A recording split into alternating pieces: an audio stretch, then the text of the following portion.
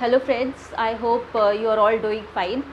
तो evidence act मैंने कहा था कि आपसे डिस्कशन होगा। अब एविडेंस एक्ट के बारे में डिस्कशन होगा, तो एविडेंस एक्ट तो हम स्टार्ट करेंगे ही। सेक्शन 1 में डिस्कस करूँगी क्या स्कोप है एविडेंस एक्ट का और कहाँ कहाँ अप्लाई होता है और कहाँ कहाँ नहीं अप्लाई होता है। उसी में ही हम आगे ग्राम न्यायालय के बारे में भी डिस्कस करेंगे, क्योंकि अब देखते हैं कि आर्बिट्रेशन प्रोसीडिंग्स में एविडेंस एक्ट सिर्फ जुडिशियल प्रोसीडिंग्स में अप्लाई होता है, आर्बिट्रेशन प्रोसीडिंग्स में नहीं अप्लाई होता है और ट्राइब्यूनल्स में भी नहीं अप्लाई होता है।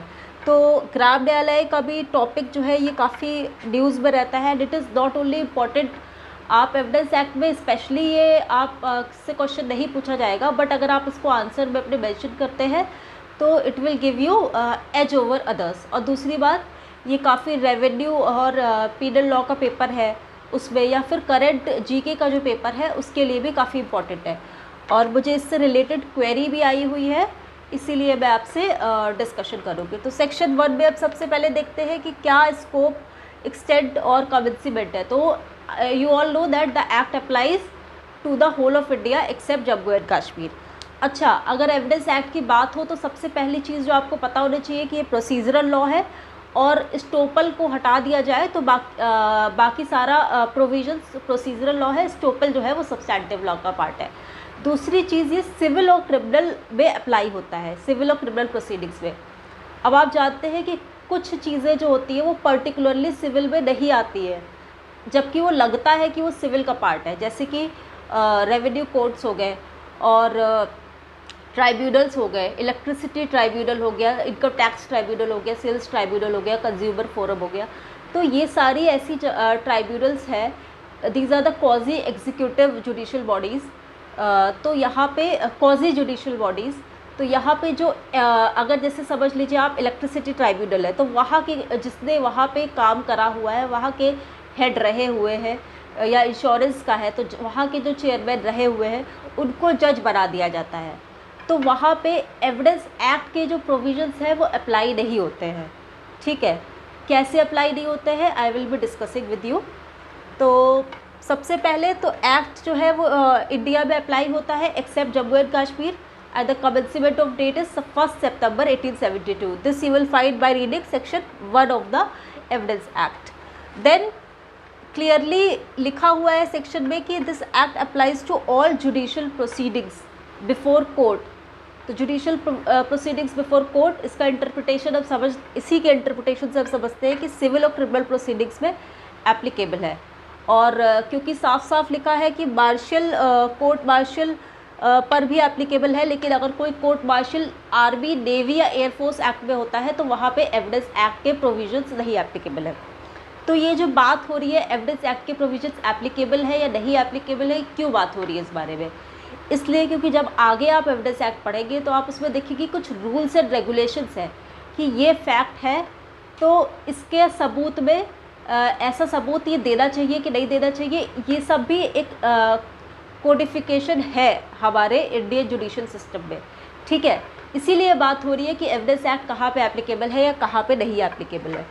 ठीक है, फिर जुडिशियल प्रोसीडिंग्स में ही मैं आपसे जो डिस्कस कर रही थी कि ट्राइब्यूनल पे एविडेंस एक्ट नहीं लगता है, वो इसी का इंटरप्रिटेशन है। जुडिशियल प्रोसीडिंग जब आप लिखेंगे तब आप उसमें स्पेशली मेंशन करिएगा, right down the heading judicial proceeding, then right that the evidence act does not apply to tribunals. कोई भी ट्राइब्यूनल हो गया, electricity tribunal, sales tribunal, insurance का ट्राइब्यूनल, कंज्यूमर फोरम, कोई भी ट्राइब्यूनल जो है जो क्वाजी जुडिशियल बॉडीज़ है वहाँ पे अप्लाई नहीं होता है। और अगर आपने इससे पहले सिविल प्रोसीजर कोड जिन्होंने भी पढ़ा होगा उन्होंने देखा होगा सेक्शन 9 में, इस section 9 of civil procedure code, वहाँ पे लिखा हुआ है कि सूट्स ऑफ सिविल नेचर में इम्प्लाइडली बार्ड की बात करें तो ट्राइब्यूनल्स नहीं आते हैं। ठीक है, तो वो सिविल उनको सिविल केस नहीं माना जाएगा। तो आपको आंसर मिल गया होगा कि ये जो जुडिशियल प्रोसीडिंग्स बिफोर कोर्ट है ये सिविल और क्रिमिनल में जो आते हैं वो तो एविडेंस एक्ट अप्लाई होता है, लेकिन जो ट्राइब्यूनल्स जितने भी हैं वहाँ पे एविडेंस एक्ट नहीं अप्लाई होता है। तो this you will write under the heading of judicial proceeding. Then most important, prelims में बहुत पूछा जाता है, the act is not applicable to arbitration proceedings. ठीक है, आर्बिट्रेशन प्रोसीडिंग्स भी जो होती है वो नेचुरल जस्टिस के प्रिंसिपल पे होती है और वहाँ का जो अवार्ड होता है वो फाइनल होता है। लेकिन अगर वो ये जो सारे डिटेल्स है आर्बिट्रेशन से रिलेटेड, जब मैं आपसे आर्बिट्रेशन डिस्कस करूँगी कभी तब मैं आपसे ये डिस्कस कर लूँगी। और मोस्ट ऑफ यू आपने अगर आर्बिट्रेशन पढ़ा है there also you will understand, but फिलहाल के लिए you should understand the act is not applicable to arbitration proceedings and affidavits. यानी कि आप कोई भी कोर्ट के सामने एक सॉन कर रहे हैं कि आप इस फैक्ट को मानते हैं, आपके पास पर्सनल नॉलेज है इस फैक्ट की। सपोज़ आपका जो भी नाम है, आप कह रहे हैं मेरा नाम पहले ये था अब ये है, तो ऐसा अगर आपको कहीं पे प्रूफ देना है तो उसके लिए कोई प्रूफ नहीं लगता है, आपको एफिडेविट देनी होती है। तो affidavit is swearing on the basis of your personal knowledge. तो वहाँ पे कोई एविडेंस एक्ट नहीं एप्लीकेबल होता है, क्योंकि आप जो भी फैक्ट अफर्म कर रहे हैं that is on the basis of your personal knowledge. ठीक है, फिर मैंने आपसे कहा था कि मैं ग्राम न्यायालय डिस्कस करूँगी। तो ये ग्राम न्यायालय है क्या? तो सबसे पहले, क्योंकि अब एविडेंस एक्ट की बात कर रहे हैं, तो मैं आपको बता दूं कि एविडेंस एक्ट के जो स्ट्रिक्ट रूल्स है वो ग्राम न्यायालय पे एप्लीकेबल नहीं होंगे। ग्राम न्यायालय चाहे तो वो एविडेंस एक्ट के रूल्स को इग्नोर कर सकता है और अपने नए रूल्स बना सकता है। तो this is similar to the tribunals, जो मैंने आपको एक्सप्लेन करा है कि कोई भी ट्राइब्यूनल होगा, that is quasi judicial bodies होगी, वहाँ पे एविडेंस एक्ट नहीं एप्लीकेबल होता है। ठीक है, लेकिन जो ग्राम न्यायालय है ये कोई क्वाजी जुडिशियल बॉडी नहीं है, ये it's a judicial body in villages. ठीक है, गांव में ये एक जुडिशियल बॉडी है, प्रॉपर कोर्ट है, बट फ़र्क ये है कि ये कोर्ट जो है ये मोबाइल कोर्ट्स है, यानी कि ये कोर्ट आपके घर पे, रूरल एरिया में आपके घर पे आके जस्टिस दे सकते हैं, और उनके पास सेम पावर होती है जैसे कि जुडिशियल मजिस्ट्रेट फर्स्ट क्लास के पास पावर होती है, एंड सेम सैलरी होती है। ठीक है, अब जब मैं आपसे बता रही हूँ कि जो ट्राइब्यूनल का अच्छा ग्राम न्यायालय मैं आपसे डिस्कस कर रही हूँ, साथ में मैं आपसे ये भी बता देती हूँ जितने भी ट्राइब्यूनल्स हैं वहाँ पे जो आप देखते हैं कि अगर आप कोई डिस्ट्रिक्ट कोर्ट में जाते हैं या फिर कोई कोर्ट में भी जाते हैं तो एक कोर्ट के ऊपर गाउन कंपलसरी होता है। ठीक है, एंड लॉयर्स भी पहनते हैं, जजेस भी पहनते हैं, लेकिन ट्राइब्यूनल्स में आप देखेंगे कि गाउन नहीं वेयर करा जाता है, सिर्फ जजेस जो होते हैं वो कोट वेयर करे जाते हैं। तो ये आपको किसी बुक में नहीं मिलेगा, ये आपका प्रैक्टिस का बेसिकली प्रैक्टिकल चीज़ है। ठीक है, तो अब मैं डायरेक्टली ग्राम न्यायालय के बारे में आपसे क्योंकि डिस्कस कर रही थी तो मैं वही डिस्कस कर रही हूँ। तो सबसे पहले ये ग्राम न्यायालय का मतलब क्या है, इसका इंग्लिश में ट्रांसलेशन करें तो ये है विलेज कोर्ट, जो कि ग्राम न्यायालय एक्ट 2008 से इस्टेब्लिश हुआ है और the recommendation of law commission. ठीक है, तो ये एक्ट आया है 2 अक्टूबर 2009 से। ठीक है, तो जब भी विलेज कोर्ट, तो जब भी हम बात करेंगे, अच्छा विलेज कोर्ट समझने से पहले, ग्राम न्यायालय समझने से पहले मैं आपसे डिस्कस कर लेती हूँ कि हम लोग 3 टायर जुडिशियल सिस्टम पे चलते हैं इंडिया में, यानी कि सबसे ऊपर सुप्रीम कोर्ट, फिर हाई कोर्ट, फिर सबऑर्डिनेट कोर्ट्स। तो इसी सबऑर्डिनेट कोर्ट का पार्ट है ग्राम न्यायालय। ठीक है, और सबऑर्डिनेट कोर्ट के पार्ट में न्याय पंचायत भी आता है, बट न्याय पंचायत थोड़ा डिफरेंट है। इसमें कोई भी सिविल और क्रिमिनल ऑफेंसेस नहीं आ सकते हैं, इसमें कैटल ट्रेसपास एक्ट या पब्लिक गैम्बलिंग एक्ट से रिलेटेड चीज़ें आ सकती हैं। लेकिन ग्राम न्यायालय में जिस तरह से जुडिशियल मजिस्ट्रेट फर्स्ट क्लास के पावर होती है, वो उतनी सैलरी एक्सेट्रा पावर्स प्रिविलेजेस सब मिलते हैं यहाँ के जो हेड जज होते हैं, यानी उनको बोलते हैं न्याय अधिकारी। ठीक है, तो न्याय अधिकारी के पास में वो सारे पावर्स होते हैं। और इसके अलावा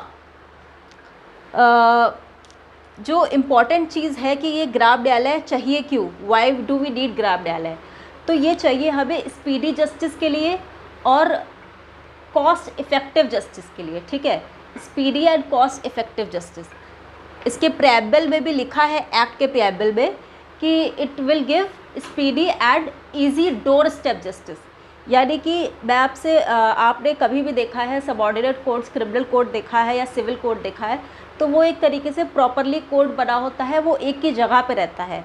जो पार्टीज़ है उनको जो भी ग्रीवियंसेस है कोर्ट में आके केस को फाइट करना होता है। लेकिन जो ग्राम न्यायालय है यहाँ पे ये जो कोर्ट्स होते हैं दे आर मोबाइल कोर्ट्स, मतलब ये आपके घर पे जाके, ये किसी भी जगह पे जाके, ये इनका कोई ऐसा नहीं है कि एक प्रॉपर सेटअप होगा वहीं पे ये रहेंगे, ये कहीं किसी प्लेस पे जाके भी अपना जजमेंट डिलीवर कर सकते हैं या फिर पूरा केस जो है वो डील कर सकते हैं। लेकिन उसके लिए इन्हें पहले से कुछ पब्लिक में इंफॉर्मेशन देनी होगी कि हम इस जगह पे अपना केस, ये जो केस आ रहा है इसको हम डिस्कस करेंगे। फॉर एग्ज़ाम्पल कि कोई एक रूरल एरिया है, वहाँ पे ग्राम न्यायालय को कोई वर्डिक्ट डिलीवर करना है, उससे पहले वर्डिक्ट डिलीवर करना है या पूरे केस का ही जो भी सुनवाई हो रही है वो सब करनी है, तो वहाँ का जो न्याय अधिकारी होगा, जो वहाँ का जज होगा, वो इन्फॉर्मेशन दे देगा कि मैं इस जगह पे अपना ये केस डिसाइड करूँगा जो यहाँ से 1 किलोमीटर या 2 किलोमीटर के डिस्टेंस पे है। तो इस तरीके से ग्राम न्यायालय होता है। तो इसी में मैं आपको डोंट वरी, अगर आपको समझ में नहीं आया है मैं आपको और अच्छे से समझा दूँगी, ठीक है। तो अगर हम ग्राम न्यायालय समझ रहे हैं तो हमें सबसे पहले समझ लेना है कि it is justice at grass root level. तो जब भी justice at grass root level की बात होती है तो वी शुड ऑलवेज रिमेंबर कि जो 3 टायर जस्टिस में ग्रास रूट लेवल जस्टिस यानी कि जो सबसे नीचे टायर पे है, अगर आप एग्जीक्यूटिव में बोले, अगर आप गवर्नमेंट के फॉर्म में बोले तो क्या आ जाएगा, पंचायत और म्युनिसिपल बॉडीज़, और अगर आप जुडिशरी के फॉर्म में बोले तो ये आ जाएगा ग्राम न्यायालय। तो ये ग्राम न्यायालय की इम्पोर्टेंस बहुत ज़्यादा है इस वक्त, और क्योंकि ये इनएक्सपेंसिव लिटिगेशन प्रोवाइड करते हैं, mobile, these courts are mobile, at the same time they have the privileges of a जज, ठीक है। उसके अलावा ये जो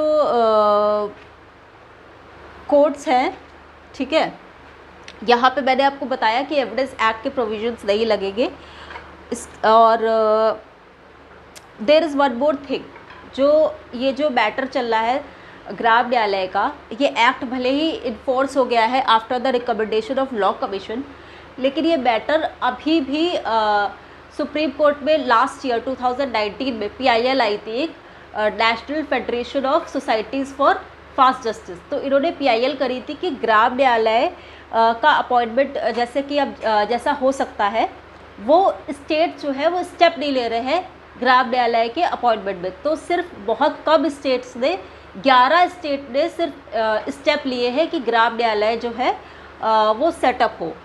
तो ऐसी PIL करी थी। तो उसके बाद सुप्रीम कोर्ट ने कहा, गाइडलाइंस दी गवर्नमेंट को कि आपको ग्राम न्यायालय इस्टेब्लिश करना पड़ेगा, क्योंकि ग्राम न्यायालय एक्ट 2008 इन फोर्स में है, इसीलिए आपको ग्राम न्यायालय जो रूरल जस्टिस को डिलीवर करेगा वो आपको उसके लिए आपको स्टेप्स लेने पड़ेंगे। तो इसका अपॉइंटमेंट भी अब समझ लेते हैं इन वेरी ब्रीफ कि अपॉइंटमेंट जो यहाँ के न्याय अधिकारी और इनका होता है ये किस तरीके से होता है। तो जो स्टेट गवर्नमेंट है, सपोज़ राजस्थान का गवर्नमेंट है, तो वहाँ के government in consultation with the high court, ठीक है, in consultation with the high court of that state वो अपना अपॉइंटमेंट कर देंगे, ठीक है। फिर बात रही कि क्या जो ग्राम न्यायालय में मैटर डिस्कशन हो रहा है ये मोबाइल कोर्ट्स है, क्योंकि अब ज़रूरी नहीं है कि एक जगह पे बैठे, ये किसी विलेज में जिस भी जगह पे जाके इधर उधर जाके भी कोर्ट जजमेंट डिलीवर कर सकते हैं, बस उसकी पब्लिसिटी होनी चाहिए, ठीक है। तो क्योंकि इस तरह के कोर्ट से तो क्वेश्चन आता है कि इनका अपील जो है वो होगा कि नहीं। तो जब भी कोई न्याय अधिकारी जजमेंट डिलीवर करेंगे सिविल या Gram Nyayalaya applicable to both civil and criminal cases, ठीक है। उस पंचायत एरिया का जो भी सिविल और क्रिमिनल जो पंचायत का जो भी सिविल और क्रिमिनल एरिया होगा, सिविल और क्रिमिनल एरिया ऑफ जुरिडिक्शन होगा, दोनों जगह पे अप्लाई होता है। तो अपील जो है यहाँ की, अगर सिविल की बात करें तो डिस्ट्रिक्ट जज के पास चली जाएगी, क्रिमिनल की बात करें तो सेशन जज के पास चली जाएगी। सिमिलरली जो जजमेंट होगा it will be deemed as a decree, ठीक है। And what else, yes, most important, तो ये जो इनिशिएटिव्स हैं ग्राम न्यायालय के, लॉ कमीशन रिकमेंडेशन के, या सुप्रीम कोर्ट जो भी गाइडलाइंस दे रही है, वो किस लिए दे रही है? बिकॉज हमने देखा है article 39A of constitution specifically says कि हमें फ्री लीगल एड देना है पुअर को। तो it is not exactly free legal aid, but it is cost effective, ठीक है। तो एक तरीके से जो किसी भी रूरल एरिया में मुनसिफ कोर्ट्स होते हैं या जुडिशल मजिस्ट्रेट के कोर्ट होते हैं, वही काम ये ग्राम न्यायालय करती है। लेकिन बस फ़र्क इतना है कि इनके कोर्ट्स जो है वो एक जगह से दूसरी जगह जा सकते हैं। These courts are mobile and they provide speedy justice and plus they provide cost effective justice, यानी कि इसका जो कोर्ट फीस होगा वो कम होगा, ठीक है। तो आई होप आपको सेक्शन 1 और ये जो ग्राम न्यायालय का कॉन्सेप्ट मैंने समझ में आया है, आपको समझ में आया, आपको कुछ क्लैरिटी हुई होगी। और अगर आपको कोई भी डाउट होता है please ask me in the comment box, या फिर आप मेरे चैनल पे माय लॉ विजन अकेडमी, ठीक है, फेसबुक पे मेरा ग्रुप है, उस पर आप मुझे मैसेज कर सकते हैं if you have any queries. Thank you so much, I am signing off.